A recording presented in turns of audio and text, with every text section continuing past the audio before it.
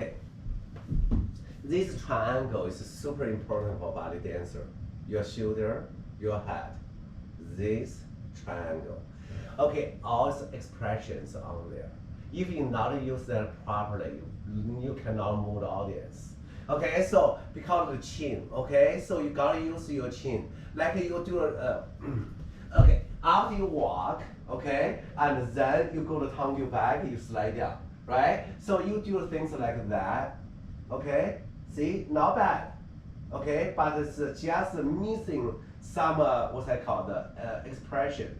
Okay, from here, I look down, I use my chin look down. Do you see my chin? You feel the feeling? Okay, I'm not down like this, like what you guys did. See, my chin and my neck have no feeling.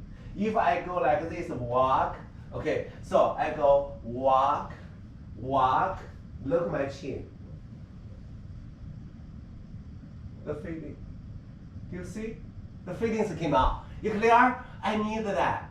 That is the beauty in there. Okay.